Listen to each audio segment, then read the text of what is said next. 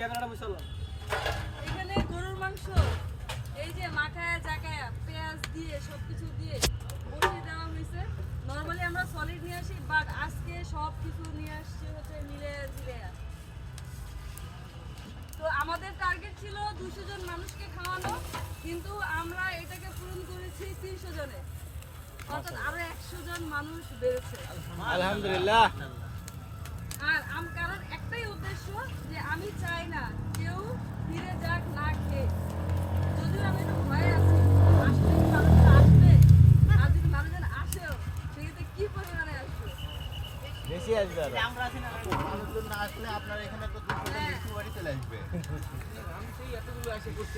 আবার জাকির ভাই তো কইছে জাকির ভাইয়ের কিছু অসহায় মানুষ আছে তাদেরকে খাওয়ানো লাগবে। হ্যাঁ, জাকির ভাই কিছু অপরাধ মানুষজন থাকে পারে